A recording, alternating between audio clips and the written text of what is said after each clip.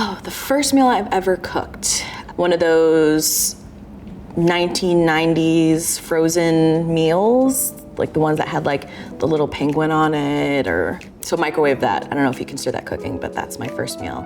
Hi, I'm Courtney and I'm a recipe developer for HelloFresh. Was in the restaurant industry for about 12 years. Worked in some Michelin star restaurants. I worked for a kitchen appliance company as a recipe developer for 5 years. That was my passion, just recipe development in general, and decided to join HelloFresh.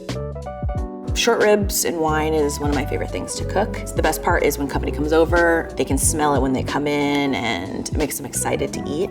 A dish I would order for my last meal on earth, it's split between two things. It would either be sushi, like really, really good sushi, like toro or uni, or it would be chicken liver on toast. And I know those are so completely different, but I love those two things the most.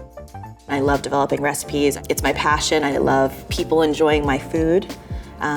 So I'm excited for the future with HelloFresh.